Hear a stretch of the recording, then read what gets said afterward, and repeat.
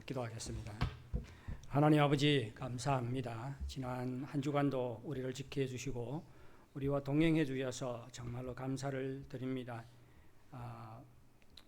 우리가 또 주의 은혜를 기억하고 또 감사하는 마음으로 이 자리에 모여 주님께 예배를 드리오니 주께서 우리의 예배를 연락하시고 예배드리러 나온 모든 자들을 기억하시고 은혜를 더해 주시기를 간절히 원합니다. 그래서 주의 은혜 가운데 우리의 믿음이 더욱 강하게 도와주시고 우리 심령도 새로워지게 도와주시고 그래서 우리의 존재, 우리의 삶, 우리의 섬김 모든 것이 하나님을 기쁘게 할 수 있도록 인도하여 주시옵소서. 예수님의 이름으로 기도하옵나이다. 아멘. 저는 10월에 들어와서 열매 맺는 삶이라는 주제로 하나님의 말씀을 전하고 있습니다. 우리는 지난번에 우리가 왜 열매를 맺어야 하는지 그리고 어떻게 하면 열매를 맺을 수 있는지에 대해서 살펴보았습니다.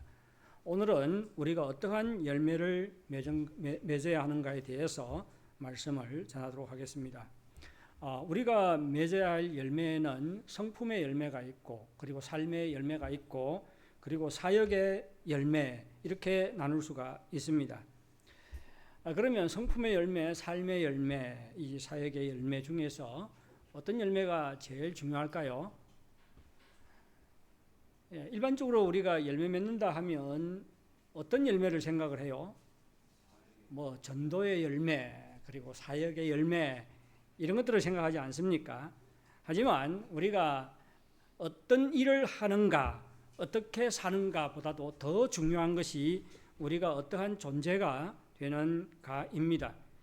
즉 우리가 예수 그리스도의 성품의 열매를 맺는 것은 무엇보다도 더 중요하다는 말입니다. 여러분 성품이 변해야 사실 우리의 삶도 변하지 않습니까? 또 성품이 변해야 우리가 제대로 섬길 수가 있는 것입니다. 성품이 변하지 않고 열심히 섬기면 어떻게 해요? 막 싸워하고 막 미워하면서 섬기지 않나요? 막 상처 주고 다른 사람 넘어뜨리면서 섬깁니다. 일이 목적이에요. 사람이 목적이 아니고. 근데 성품이 변하면 우리가 제대로 섬길 수가 있습니다. 이는 성품의 열매가 다른 열매를 맺는 기초가 된다는 것을 알 수가 있습니다. 성품의 열매가 중요하기 때문에 먼저 우리가 맺어야 할 성품의 열매에 대해서 나누도록 하겠습니다. 그런데 우리가 맺어야 할 성품의 열매는 한두 가지가 아니지요. 성령의 9가지 열매, 팔보 다 우리의 성품에 대해서 말하는 것입니다. 제가 성품의 열매에 대해서 말씀을 전하려고 할 때 가장 먼저 생각나는 것이 무엇이겠습니까? 예, 사랑이더라고요. 사랑. 예. 성품, 성령의 열매도 그렇잖아요. 사랑과 희락과 화평과 사랑부터 시작이 되잖아요. 그리고 믿음, 소망, 사랑 그 중에 제일은 사랑이라. 또 하나님은 사랑이라. 사랑에 대해서 얼마나 많은 말을 성경이 하고 있습니까? 그러다 보니까 성품에 대해서 설교를 해야 되겠다고 생각하니까 가장 먼저 떠오르는 것이 사랑이더라고요. 그런데 사랑은 교회에서 가장 많이 전해지는 설교 주제지요. 그래서 전에 별로 전하지 않은 중요한 주제를 선택해서 전해야 하겠다고 생각을 하고 기도하고 고민하고 있을 때 겸손이라는 주제가 떠오르더라고요. 그래서 제가 옛날에 겸손이라는 주제로 어떤 설교를 했는지 찾아보았어요. 다 기록이 있으니까요. 그러니까 지금까지 이 주제로 한 번밖에 설교를 하지 않았더라고요. 그리고 그 본문도 역시 베드로전서 5장 5절부터 7절입니다. 베드로전서 강해를 할 때 이 본문을 가지고 겸손이라는 주제로 설교한 적이 있습니다. 물론 설교 중에 겸손에 대해서 적지 않은 것을 말씀을 했지만 겸손이라던 주제로 설교한 것은 한 번밖에 없더라고요. 그래서 이번에 겸손이라는 주제로 말씀을 전하기로 결정을 했습니다. 그런데 이 주제를 잡은 것도 한 가지 이유가 있어요. 참 제 자신이 참 교만이 안에 숨어 있어요. 그래서 제 자신의 소원도 참 좀 더 겸손했으면 좋겠다. 참 그런 생각이 있어서 그런 소원이 있어서 이 주제를 정했습니다.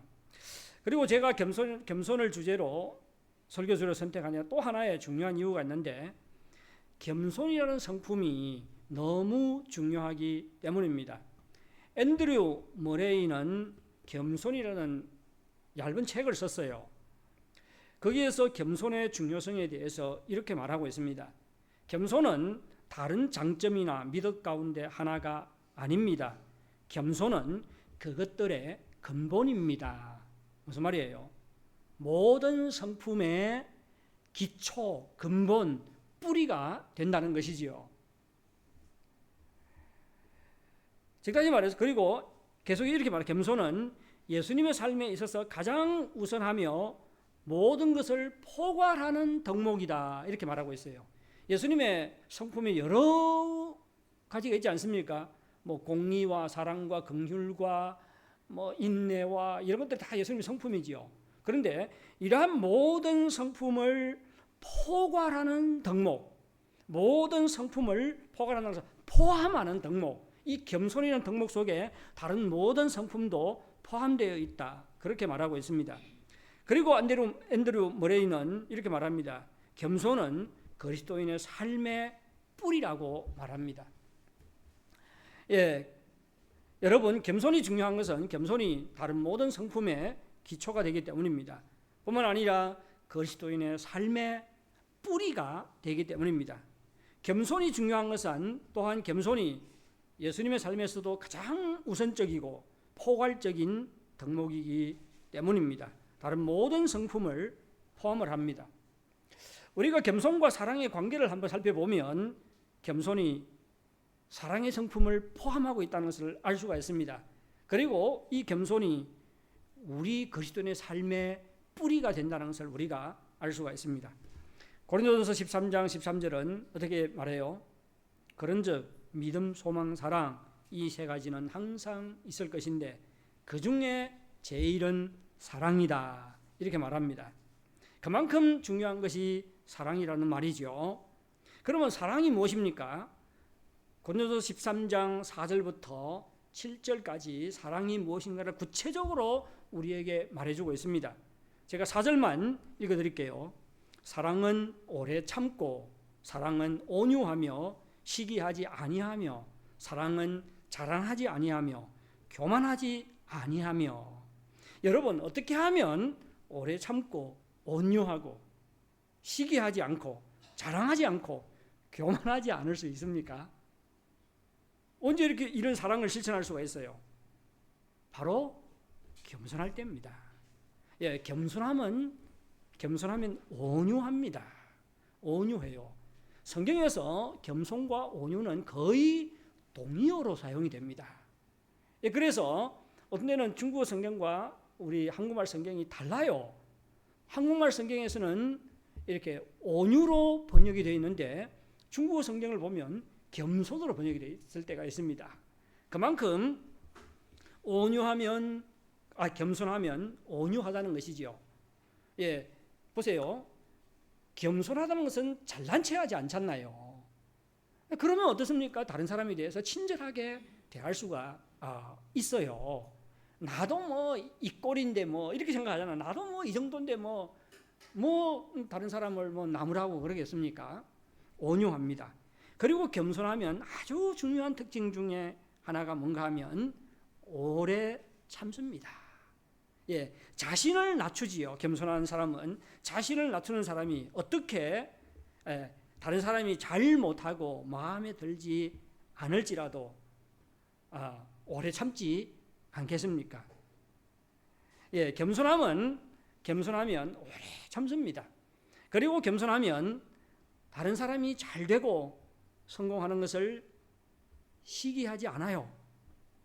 겸손한 자는 다른 사람을 자기보다 낮게 여깁니다. 자기보다 나은 사람이 뭐 성공하고 잘 되는데 거기에 대해서 시기하겠습니까? 시기하지 않습니다. 오히려 진심으로 축하해 줍니다. 또 겸손한 자는 자기 자랑을 하지 않지요. 겸손한 자는 잘난 체하지 않고 교만하지 않습니다. 우리가 이것을 보면 겸손해야 고린도전서 13장 4절에서 말하는 사랑을 실천할 수 있다는 것을 알 수 있습니다. 따라서 겸손에는 사랑의 성품이 포함되어 있고 겸손에는 겸손은 우리 그리스도인의 삶의 뿌리가 된다는 것을 알 수가 있습니다. 이와 같이 겸손과 사랑의 관계를 통해서 우리는 겸손이 얼마나 중요한가를 알 수가 있습니다. 여러분, 만일 여러분이 온유하지 못하고 오래 참지 못한다면 겸손이 결핍한 것이 원인일 수 있습니다. 만일 여러분이 시기하고 자랑하기를 좋아한다면 그 밑바닥에 무엇이 자리 잡고 있어요? 바로 교만이 자리 잡고 있을 수 있습니다. 정말 겸손을 배워서 가정에서, 직장에서, 그리고 이 사회에서 더욱 온유하고 오래 참을 수 있기를 바랍니다. 예, 겸손을 배워서 시기와 자기 자랑이라는 덫에 걸려 넘어지지 말기를 바랍니다. 특히 가정에서 겸손과 사랑을 실천함으로 오래 참고 온유하고 좋지요. 참 우리 아이들 숙제 공부를 시킬 때 부모에게 필요한 것은 뭐예요? 참 오래 참는 것입니다. 온유한 것이에요. 아니면 막 숙제 가르치다가 막 아이하고 싸우고 막 화내고 막 그러지 않습니까? 답답해서. 예. 이렇게 가정에서 정말 겸손과 사랑을 실천함으로 가족 식구들에게 기쁨과 행복의 통로가 될 수 있기를 바랍니다. 예, 겸손이 중요한 것은 또한 하나님께서 겸손한 자에게 은혜를 베푸시기 때문입니다. 베드로전서 5장 5절은 이렇게 말합니다. 5장 6절이네요. 5장 6절입니다. 하나님은 교만한 자를 대적하시되 5장 5절이네요. 5장 5절 후반절요. 하나님은 교만한 자를 대적하시되 겸손한 자들에게는 은혜를 베푸시느니라. 예, 앤드루 모레이는 여기에 근거해서 겸손은 은혜가 임하는 유일한 토양이다 이렇게 말하고 있습니다. 우리 마음에 겸손이 있으면 우리 마음은 뭐가 돼요? 하나님의 은혜가 임하는 토양이다. 그러면 은혜가 임해가지고 뿌리 내리고 싹이 나고 자라고 열매 맺고 뭐 그렇다는 것이지요. 예, 겸손은 은혜가 내리는 유일한 토양이다. 그렇게 말하고 있습니다. 예, 하나님은 교만한 자를 대적하십니다. 따라서 하나님이 대적하는 자가 되려면 아주 쉬워요. 교만하면 됩니다. 하나님은 교만한 자를 대적하시지만 겸손한 자에게는 은혜를 베푸신다라고 말하고 있습니다. 우리가 겸손할 때 하나님의 은혜가 끊임없이 우리에게 임한다는 것입니다. 우리는 하나님의 은혜가 없이는 살아갈 수가 없지요. 모든 사람이 정말로 하나님의 은혜가 필요합니다. 제가 첫째 아이를 제가 임신한 건 아니네. 우리 집사람이 임신했을 때 이 아이를 위해서 기도하다가 정말 아이들에게 필요한 것, 우리 가정에 필요한 것이 은혜라고 생각해가지고 그 큰 아들을 은우라고 지었고 둘째 아들을 은혜 해자 따가지고 혜민이라고 지었습니다. 우리 모든 사람, 모든 가정에 다 하나님의 은혜가 필요합니다. 하나님의 은혜가 필요하지 않은 사람은 한 사람도 없습니다.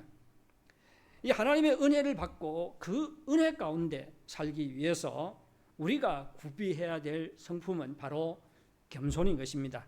하나님께서는 겸손한 자에게 풍성한 은혜를 베푸십니다. 성경에는 이러한 예들이 참 많이 나와요. 교만 때문에 망한 예가 나오지요. 하나님께서 바벨론 제국을 세우십니다. 그리고 바벨론 제국을 들어서 유다와 열국을 심판을 했습니다. 그러자 바벨론 제국의 느부갓네살 왕은 하나님의 도구에 있지만 그것을 깨닫지 못하고 교만한 말을 해요. 다니엘서 4장 30절에서 이렇게 말합니다. 이 큰 바벨론은 내가 능력과 건세로 건설하여 나의 도성으로 삼고 이것으로 내 위엄의 영광을 나타낸 것이 아니냐. 막 자화자찬을 하고 있지요. 하나님께서는 느부갓네살 왕의 교만을 보시고 그를 징계하셨습니다. 치셨어요. 그래서 그로 하여금 정신이 돌게 하십니다. 그래서 왕궁에서 쫓겨나가지고 7년 동안 들에서 살면서 소처럼 풀을 뜯어먹었다고 말합니다. 하나님께서 이렇게 한 것은 4장 32절에 말하는데 지극히 높으신 이가 사람의 나라를 다스리며 자기의 뜻대로 그것을 누구에게든지 주시는 줄을 깨닫도록 하기 위해서라고 말합니다. 바벨론 왕 느부갓네살의 권세가 누구에게서 온 것입니까? 하나님에게서 온 것이에요. 하나님께서 유다와 열방을 심판하기 위해서 바벨론 제국을 흥하게 하셨고 들어서 사용하신 것입니다. 그런데 이 느부갓네살 왕은 그것을 깨닫지 못하고 교만에 빠진 것이지요. 하나님께서 바벨론 왕 느부갓네살을 대적하셨습니다. 신약에도 비슷한 예가 나와요. 사도행전 12장을 보면 두로와 시돈 사람들이 헤롯 왕의 연설을 듣고 이렇게 그를 높입니다. 이것은 신의 소리요 사람의 소리가 아니라. 대단한 그 칭찬이지요. 헤롯 왕은 자신을 신처럼 높이는 사람들의 말을 듣고도 하나님께 영광을 돌리지 않았습니다. 그러자 주의 사자가 헤롯 왕을 치십니다. 헤롯 왕이 어떻게 죽어요? 벌레에 물려 죽습니다. 이 두 사건은 하나님께서 교만한 자를 대적하신다는 것을 보여줍니다. 이외에도 많은 예들이 있어요. 하나님께서 교만한 자를 대적하기 때문에 잠언 16장 18절은 이렇게 말합니다. 교만은 패망의 선봉이요 거만한 마음은 넘어짐의 앞잡이니라. 무슨 말이에요? 교만의 결말은 패망과 넘어짐이라는 것입니다. 이는 피롱코 그렇게 될 수밖에 없어요. 왜냐하면 하나님께서 교만한 자를 대적하시기 때문입니다. 성경에는 하나님께서 겸손한 자에게 은혜를 베푸신 사건들도 많이 기록되어 있지요. 성경 구약에서 가장 온유한 사람이라고 평가받는 사람이 누구죠? 퀴즈입니다. 누구죠? 모세입니다. 민수기 12장 3절은 모세에 대해서 이렇게 평가합니다. 이 사람 모세는 온유함이 지면의 모든 사람보다 더하더라. 대단한 평가지요. 그런데 이 구절에서 온유는 겸손으로 번역할 수 있는 단어입니다. 그래서 현대인의 성경은 이 온유를 겸손으로 번역했습니다. 현대인 성경이 이렇게 말했어요. 모세는 세상의 그 누구보다 겸손한 사람이었다. 제가 영어 성경을 한번 찾아봤습니다. NIV 영어 성경하고 NET 영어 성경을 찾아봤더니 이 온유라는 말을 다 humble 무슨 뜻이에요? 영어 humble 발음 정확하죠? HUMBLE humble 합니까? humble 무슨 뜻이에요? 겸손이라는 뜻이죠. 영어 성경도 이 온유를 겸손으로 번역을 해놨더라고요. 그래서 사실 겸손과 온유는 성경에서 거의 동료로 나옵니다. 예수님께서 뭘 말했습니까? 나는 온유하고 겸손하니 내게 와서 배우라고 그렇게 말씀하셨죠. 모세는 겸손하고 온유했습니다. 하나님께서는 겸손한 모세에게 엄청난 은혜를 베푸시지요. 그를 높이십니다. 양치던 그를 어떻게 높여요? 200만 이스라엘 백성의 지도자로 세웁니다. 그리고 어떻게 그를 사용하십니까? 엄청난 그를 통해서 수많은 기적을 일으키지요. 모세 무덤이 없어요. 성경에는 그 원인이 없습니다. 기록하지 않았어요. 그래서 제가 하나님께서 왜 모세 무덤을 사람들이 찾지 못하도록 했을까? 여러분은 무슨 원인이라고 생각하십니까? 네? 모세는요 광야에서 이스라엘 백성들로부터 책망받고 막 돌 던짐을 당할 위험에 처하기도 하고 그랬지만 그 사건이 다 지나고 난 다음에 이스라엘 백성들에게는 모세는 어떤 존재예요? 신적인 존재입니다. 어떻게 그렇게 많은 기적을 행할 수 있어요? 저는 이스라엘 백성들이 무덤에 와가지고 우상스러운 무덤을 섬길까봐 모세 무덤을 찾지 못하도록 한 것이 아닌가 그렇게 추측을 합니다. 추측이에요. 이걸 성경에 기록된 내용처럼 그렇게 다른 사람한테 말하지 마시기 바랍니다. 그만큼 하나님께서 모세에게 엄청난 은혜를 베푸신 것이지요. 신약에서도 하나님께서 겸손 때문에 하나님의 은혜를 누린 예들이 많이 나옵니다. 그 중에 대표적인 인물이 사도 바울이죠. 바울은 고린도후서 12장에서 자신의 몸에 가지고 있는 약함 때문에 자만하지 않았다고 말하고 있습니다. 무엇이지요? 가시를 가지고 있다고 말하지 않습니까? 가시를 가지고 있다고 말해요. 그 가시가 무엇이냐? 우리는 분명히 알 수 없지만 아마 안질일 가능성이 많습니다. 눈이 안 좋았어요. 그래서 우리가 바울 서신을 보면 제가 기억이 잘 안 나는데 바울이 이렇게 편지를 쓸 때 거의 다른 사람으로 하여금 다른 사람에게 대피를 시키지요. 대피를 시킵니다. 그리고 마지막에 큰 글씨로 몇 자 적어요. 그리고 이 편지가 자신이 쓴 것인 것을 증명을 하지요. 이것을 보아서는 바울이 눈이 안 좋았다는 것을 우리가 알 수가 있습니다. 이 자신이 가지고 있는 가시 때문에 약했고 그리고 자만하지 않았다고 말합니다. 그는 자신의 약한 것을 부끄럽게 생각하지 않았습니다. 오히려 크게 기뻐하고 자랑했습니다. 결국 어떻게 되지요? 하나님의 능력이 그에게 머물렀고 그는 약했지만 하나님의 능력과 은혜 때문에 더욱 강하게 되었다고 말합니다. 이러한 예들은 하나님께서 겸손한 자에게 은혜를 베푸신다는 것을 말해줍니다. 여러분, 겸손이 우리가 갖춰야 될 가장 중요한 덕목인 것을 기억하시기 바랍니다. 그리고 겸손의 덕목을 갖춤으로 하나님의 풍성한 은혜 가운데 살아갈 수 있기를 바랍니다. 그러면 겸손이 무엇이기에 이토록 중요한 것일까요? 여러분은 겸손을 무엇이라고 생각합니까?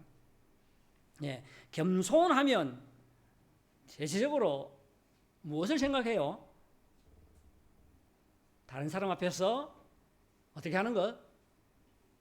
잘난 체하지 않는 것, 우쭐대지 않는 것, 이 정도로 생각하지 않습니까? 그런데 성경은 단순히 다른 사람과의 관계에서 겸손이 무엇인가를 말하는 것이 아니라 세 가지 관계에서 겸손이 무엇인가를 말합니다. 우선 다른 사람과의 관계에서 겸손이 나타나는 것이지요. 남을 존중하고 자기를 내세우지 않는 태도를 말합니다. 겸손은 우선 타인과의 관계에서 나타나는데 어떤 사람이라도 업신여기거나 멸시하지 않는 것입니다. 다른 사람을 존중합니다. 그리고 다른 사람 앞에서 자신을 내세우거나 자랑하거나 우쭐대지 않는 것을 그러한 태도를 겸손이라고 합니다. 그런데 겸손은 타인과의 관계에서 나타날 뿐만 아니라 자신과의 관계에서도 나타납니다. 겸손은 자신을 과대평가하지 않는 것입니다. 우리는 일반적으로 다른 사람과의 관계에서 겸허한 사람을 겸손하다고 말하지만 성경은 더욱 넓은 범위에서 겸손이 무엇인가를 말합니다.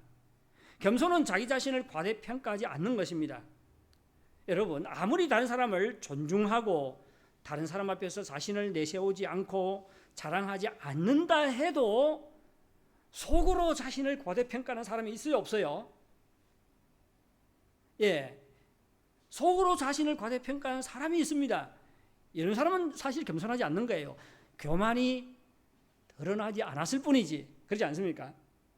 자신을 과대평가하는 사람은 우월감에 빠집니다. 그래서 겉으로는 다른 사람을 존중하고 다른 사람 앞에서 자신을 내세우거나 자랑하지 않지만 속으로는 어때요? 다른 사람과 비교하게 되고 다른 사람을 업신여기고 멸시할 수가 있습니다. 다른 사람에 대한 태도로 겸손이 나타나요. 뿐만 아니라 겸손은 우리 속마음으로 나타납니다. 자신을 과대평가하지 않고 우월감에 빠지지 않는 사람이 겸손한 사람입니다. 로마서 12장 3절에 이렇게 말합니다.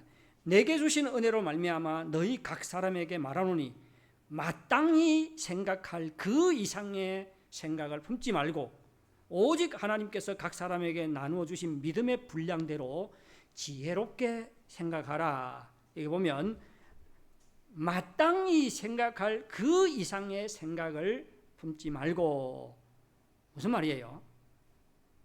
자신을 어떻게 생각하라? 우리 자주 하는 말이 뭐지? 분수에 맞게 생각하라. 뭐 그런 말이 있지요. 자기 자신을 정확하게 알라는 것입니다. 분수에 맞게 생각하라는 것입니다. 자신을 분수에 맞게 생각하는 것, 그래서 과대평가하지 않는 것, 그것이 바로 겸손입니다. 이와 같이 겸손은 타인과의 관계에서, 그리고 자신과의 관계에서 겸손이 무엇인가를 우리는 알아야 합니다. 그리고 마지막으로 세 번째 관계가 있는데, 바로 누구와의 관계에서? 하나님과의 관계에서 겸손이 무엇인가를 알아야 됩니다. 베드로전서 5장 6절은 이렇게 말합니까? 하나님의 능하신 손 아래에서 어떻게 하라? 겸손하라고 말하고 있지요. 무슨 말이에요? 하나님과의 관계에서 겸손하라고 말합니다. 이 말은 하나님의 능력을 인정하라는 것이고, 하나님 앞에서 자신을 어떻게 하라는 거예요? 낮추라는 것이지요. 여러분, 겸손은요, 하나님을 인정하는 것입니다. 그리고 하나님 앞에서 자신을 낮추는 것입니다. 또한 베드로전서 5장 7절은 너희 염려를 다 주께 맡기라. 이는 그가 너희를 돌보심이라. 이렇게 말하고 있습니다. 우리는 이것을 통해서 겸손이 무엇이라는 것을 알 수 있어요. 겸손은 하나님의 능하신 손 아래서 자신을 낮출 뿐만 아니라, 겸손은 또한 하나님을 어떻게 하는 거예요? 겸손히 의지하는 것이 겸손입니다. 겸손은 하나님과의 관계에서 하나님을 인정하고 하나님에서 자신을 낮출 뿐만 아니라 하나님을 인정하고 하나님께 자기 자신의 염려와 어려움을 맡기는 것이 바로 겸손인 것입니다. 우리는 하나님 없이 살 수가 없어요. 그래서 하나님을 의지하지 않는 자는요, 교만한 자들입니다. 죄의 본질이 무엇이에요? 바로 하나님을 의지하지 않는 그 교만이 죄의 본질입니다. 겸손은 하나님의 능력을 인정하고 그 하나님 앞에서 자신을 낮출 뿐만 아니라, 그리고 또 하나님 앞에 하나님을 의지하고 자신을 하나님께 맡기는 것, 이러한 자세가 바로 겸손인 것입니다. 여러분, 우리는 겸손을 타인과의 관계, 그리고 자신과의 관계, 그리고 하나님과의 관계에서 이해를 해야 합니다. 겸손은 남을 업신여기거나 멸시하지 않고 존중하는 것을 말합니다. 타인에 대한 태도지요. 또한 겸손은 우리 자신의 속마음인데 자기 자신을 과대평가하지 않고 우월감에 빠지지 않는 것을 말합니다. 마음입니다. 또한 겸손은 신앙적인 자세예요. 하나님의 능력을 인정하고 하나님 앞에서 자신을 낮추고 하나님을 의지하는 자세, 이러한 신앙적인 자세가 바로 겸손인 것입니다. 그런데 이 세 가지는 서로 연결되어 있지요. 우리가 하나님을 인정하고 하나님 자신을 낮추고 하나님을 의지할 때 우리는 우리 자신을 제대로 알고 과대평가하지 않는 겸손함을 유지할 수가 있습니다. 그리고 우리가 우리 자신을 과대평가하지 않고 쓸데없는 우월감에 빠지지 않을 때 다른 사람을 어떻게 해요? 존중하지요. 다른 사람 앞에서 우쭐대지 않습니다. 타인과의 관계, 그리고 자신과의 관계, 하나님과의 관계에서 다 겸손할 수 있기를 바랍니다. 우리는 겸손이 이와 같이 세 가지 관계에서 겸손이 무엇인가를 깨달아야 됩니다. 그런데 오늘 본문을 보니까 겸손을 무엇과 연결시키고 있어요?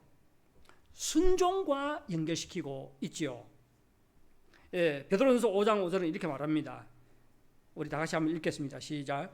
젊은 자들아, 이와 같이 장로들에게 순종하고 다 서로 겸손으로 허리를 동이라. 하나님은 교만한 자를 대적하시되 겸손한 자들에게는 은혜를 주시느니라. 앞에서 장로들에게 순종하라, 그리고 서로 겸손으로 허리를 동이라. 그런데 중국어 성경은 조금 한국말 성경과 번역이 달라요. 서로 겸손으로 허리를 동이라 이 말을 니们众人都要以谦卑束腰. 그 뒤에 한마디 더 나옵니다. 彼此顺服. 그래서 이 겸손은 장로들에게 순종할 뿐만 아니라 어떻게 해요? 서로 또 겸손히 순종하는 것이 바로 겸손입니다. 겸손은 이와 같이 순종하는 삶으로 나타난다는 것이죠.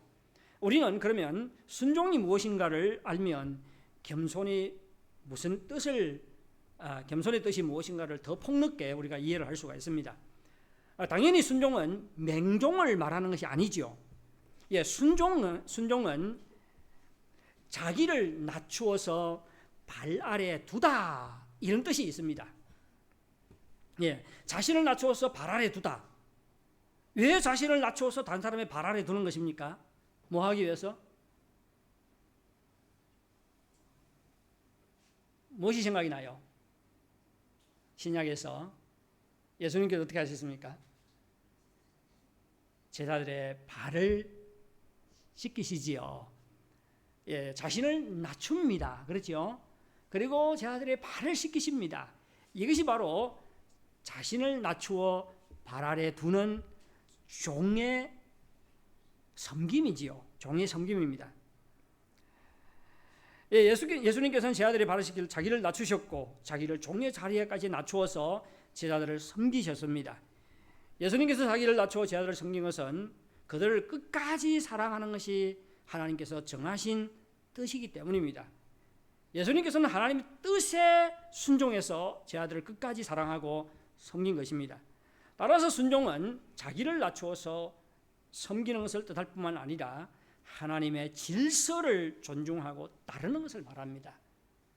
교회에서 성도들로 하여금 장로들에게 순종하고 연장자들을 존중하고 이렇게 하라는 것은 무엇 때문이죠? 이것이 바로 하나님께서 정해놓은 질서이기 때문입니다. 이와 같이 하나님의 질서를 따르는 것, 이것이 바로 순종이고 이것이 바로 겸손이라는 것입니다. 젊은이들이 교회 장로들이나 연장자에게 순종하고 또 서로 순종하라는 것은 자기를 낮추어서 섬기라는 것이고 하나님께서 정해놓은 질서를 따르라는 것입니다. 다른 사람 앞에서 자신을 낮출 뿐만 아니라 섬김의 자세로 살아가는 것, 이것이 바로 순종이고 겸손이지요. 그리고 하나님께서 정하신 질서를 따르는 것입니다. 에베소서 5장에 보면 아내들이 남편에게 순종하라고 그렇게 말하지요.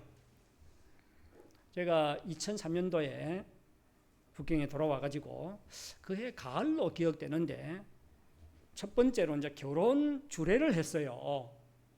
결혼 주례를 할 때 에베소서 가지고 말씀을 전했거든요. 그랬더니 그 결혼식이 끝난 다음에 한 성도가 저한테 와서, 야, 목사님, 이거 조선족이기 때문에 조선족 대남자주의를 지금 설파하고 있다. 참 억울하더라고. 제가 성경을 이야기했는데. 그런데 제가 순종이라는 말을 잘못 해석을 했거나 그 사람이 잘못 이해해서 그렇게 된 것 같습니다. 아내들로 하여금 남편에게 순종하라는 것은 결코 이것은 대남자주의하고는 상관이 없는 것이죠. 아내들이 남편에게 순종해야 하는 것은 이것은 하나님께서 정하신 질서이기 때문입니다. 우리가 에베소서를 보면 앞에서는 순종하라 그래놓고 뒤에서 보면 남편들은 아내를 사랑하라고 했습니다. 그리고 아내들은 남편을 순종하라 그래요. 근데 마지막에 다시 한번 반복을 하는데 남편들은 아내를 사랑하고 그리고 아내는 남편을 존중하라 이렇게 말합니다. 순종이라는 말을 쓰지 않고 존중하라는 말을 써요. 따라서 순종이라는 말은 맹종하라는 뜻이 아니고 어떻게 하라는 뜻이에요? 존중하라는 것이지요. 하나님께서 정해놓은 질서를 지키라는 것입니다. 남편이 잘났든 몰랐든 어떤 사람이 어떤 존재라는 것이요, 이 가정의 머리라는 것이지요. 이런 질서를 지키고 존중하라는 말입니다. 듣지 않을 수가 있어요. 남편의 말을 듣지 않을 수 있습니다. 뭐 맹종하라는 말이 아니에요. 뭐 잘못하면 듣지 않아야 되죠. 듣지 않고 반대를 하지만 어떻게 해야 돼요? 충분히 존중을 해야 됩니다. 막 무시하면서 당신 왜 그렇게 둔한 가고 막 그러면 남편이 어떻게 마음이 편하겠습니까? 그렇지 않아요. 예, 이게 참 지혜롭지 않습니다. 막 남편 막 무시하고 왜 당신 남은 어떻는데 당신은 어떻나고 막 그렇게 다른 남편하고 막 비교하고 막 예, 그러면 남편의 자존심을 완전히 바닥에 뭉개는 것이죠. 이것은 존중하지 않는 것입니다. 듣지 않을 수 있어요. 우리가 부모에게 순종해야 되지만 부모의 말을 듣지 않을 수가 있어요. 그럼 어떻게 해야 됩니까? 부모를 충분히 존중을 하면서 어떻게 해요? 설득을 해야 되지요. 설득을 해야 됩니다. 설득을 할 때 반드시 우리가 지켜야 될 것이 있는데 부모를 존중하고 부모 앞에서 겸손해야 합니다. 마찬가지예요. 아내는 남편을 존중해야 되고 정말로 질서를 지키고 또 겸손해야 합니다. 지혜로운 아내는 남편을 존중하고 남편 앞에서 겸손합니다. 예, 그러면 우리가 겸손이 무엇인가를 우리가 살펴보았는데 어떻게 하면 우리가 겸손해질 수 있을까요? 인간의 본성은 교만하지요. 예, 스스로의 노력으로 결코 겸손해질 수가 없습니다. 우리가 겸손한 성품을 갖기 위해서는 끊임없이 성경의 가르침을 받을 필요가 있습니다. 뿐만 아니라 기도가 필요하고 기도 가운데 하나님의 은혜를 구해야 합니다. 그리고 늘 깨어 있어야 됩니다. 우리가 말씀과 기도에 깨어 있지 않으면 자기도 모르게 교만하게 변하는 것이 인간입니다. 오늘은 겸손해지기 위해서 우리가 지켜야 할 3가지만 간단하게 나누도록 하겠습니다. 우선 인간에 대한 성경적인 이해와 가치관이 필요합니다. 예, 다른 사람과의 관계에서 우리가 겸손하기 위해서는 반드시 성경적인 시각으로 성경적인 가치관을 가지고 다른 사람을 바라볼 필요가 있습니다. 여러분, 모든 인간은 하나님의 형상으로 지음받은 존귀한 존재들입니다. 그런데 이 세상은 인간을 어떻게 평가를 해요? 뭘 가지고 인간을 평가합니까? 외모를 가지고 평가를 하죠. 제가 참 불공평한 대우를 참 많이 받아요. 뭐 살아가는데 전혀 뭐 불편한 것이 없는데 늘 저는 작은 부류에 속해가지고 예, 늘 뭘까지 평가해요? 외모를 가지고 평가를 하지요. 그리고 지식이 있냐 없냐. 특히 오늘 시대는 뭐 가지고 평가합니까? 재산. 예, 재산을 가지고 평가를 합니다. 그리고 지위나 권력으로 평가를 합니다. 그런데 여러분, 인간은 이런 것들로 같이 평가를 해서는 안 되는 존재들입니다. 왜요? 인간은 하나님의 형상대로 창조함 받았기 때문입니다. 인간은 좋은 외모가 있든 없든 재물이 많든 적든 지위가 높든 낮든 다 존귀한 존재들입니다. 하나님께서 자기 형상대로 창조하신 존재들이에요. 그리고 하나님께서 독생자 예수 그리스도까지 내어주기까지 하면서 사랑하시고 구원하신 존재들입니다. 우리는 하나님의 창조와 예수 그리스도의 십자가 구속을 통해서 인간이 얼마나 존귀하고 보배로운 존재인가를 깨달아야 합니다. 그리고 성경은 인간의 생명을 온 천하보다 더 귀하다고 그렇게 말하지 않습니까? 만일 우리가 이러한 시각으로 인간을 바라볼 때, 그리고 이러한 가치관을 가지고 인간을 평가할 때 어떠한 사람이라도 우리는 업신여길 수가 없습니다. 존중해야 합니다. 여러분, 타인과의 관계에서 겸손하기 위해서는 인간을 성경적인 시각, 하나님의 시각으로 바라봐야 할 뿐만 아니라 반드시 인간에 대한 성경적인 가치관을 가져야 됩니다. 이러한 성경적인 가치관이 없으면 인간을 뭘로 평가해요? 그가 가지고 있는 소유를 가지고 평가를 해요. 반드시 성경적인 가치관을 가지고 하나님의 형상대로 창조함 받은 존귀한 존재, 예수 그리스도께서 십자가에 대신 죽어주기까지 사랑하고 사랑한 존귀하고 보배로운 존재, 이런 가치관을 가지고 우리가 인간을 바라봐야 합니다. 예, 그러면요, 우리 주위에서 청소하는 청소부들도 존경할 수 있습니다. 예, 청소하는 바깥에서 청소하는 사람들요, 막 새벽부터 막 청소하지 않습니까? 얼마나 귀해요. 그 사람들이 있기 때문에 우리가 이런 깨끗한 환경에 살아가잖아요. 뭐 돈 준다, 돈 얼마 줬길래 그런 일을 합니까? 그렇지 않습니까? 저는 얼마 전에 한번视频을 봤는데, 야, 어떤 여자가 막 자전거 타고 니심을 하다가快递 전화는快递 와 이렇게 좀 부딪히는 것 같아요.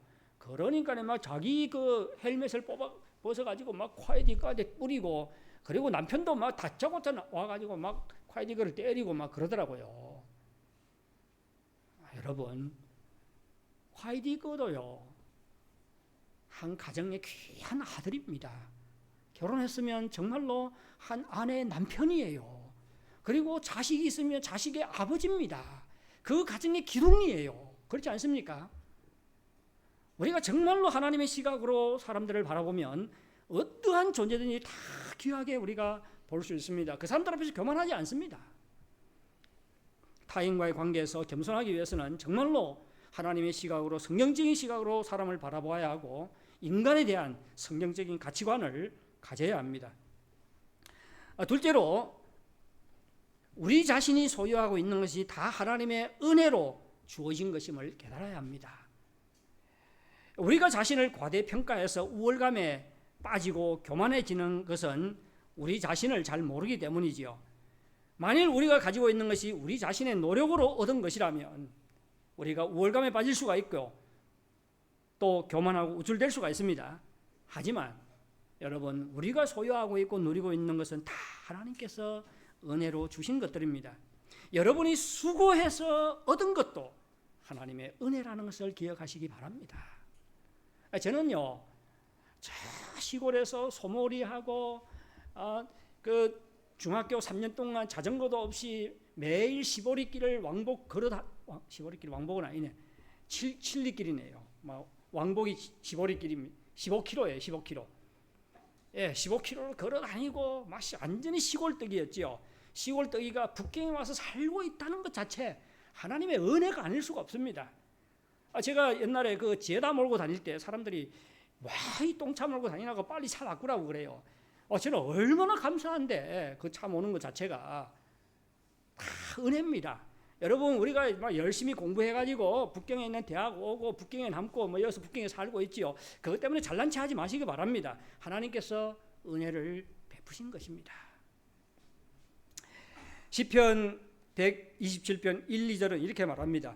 여호와께서 집을 세우지 아니하시면 세우는 자의 수고가 헛되며 여호와께서 성을 지키지 아니하면 파수꾼의 깨어있음이 헛되도다. 너희가 일찍 일어나고 늦게 누우며 수고의 떡을 먹음이 헛되도다. 여러분, 하나님께서 함께하지 않고 은혜를 베풀지 않으면 우리가 아무리 밤새워 지켜도, 아무리 애쓰고 노력해도 아무런 성과가 없습니다. 따라서 우리가 지금 소유하고 있고 누리고 있는 것들이 우리 자신이 수고하고 노력해서 얻었다 할지라도 하나님께서 은혜로 주신 것임을 깨달으시기 바랍니다. 고린도전서 4장 7절에 이렇게 말합니다. 누가 너를 남달리 구별하였느냐? 내게 있는 것 중에 받지 아니한 것이 무엇이냐? 내가 받았은즉 어찌하여 받지 아니한 것 같이 자랑하느냐? 우리가 가지고 있는 것은 다 하나님의 은혜로 받은 것들입니다. 우리가 우리 자신이 받은 은혜를 깨달을 때, 우리가 가지고 있는 모든 것이 하나님의 은혜라는 것을 알 때 자신을 과대평가하지 않습니다. 겸손해질 수가 있습니다. 세 번째로, 예수 그리스도를 본받아야 합니다. 예수님께서는 우리에게 겸손의 본을 보이셨습니다. 예수님은 하나님의 아들임에도 불구하고 하나님과 동등됨을 취하지 않고 자신을 낮추어 인간의 모양으로 이 땅에 오셨습니다. 자기를 낮추어 종으로 섬기셨고 십자가에 못 박혀 죽기까지 하나님께 복종하셨습니다. 예수님은 하나님의 능하신 손 아래서 겸손했을 뿐만 아니라 하나님을 의지하고 자기 자신을 온전히 하나님께 맡기셨습니다. 예수님은 가장 좋은 겸손의 모델입니다. 따라서 우리가 예수님을 더욱 깊이 알고 본받을 때 우리는 겸손해질 수가 있습니다. 예수님께서 이렇게 말씀하셨어요. 나는 마음이 온유하고 겸손하니 나의 멍에를 메고 내게 배우라. 여러분, 예수님에 대해서 알 만큼 알았다고 더 진보하지 않으면 그것은 교만한 것입니다.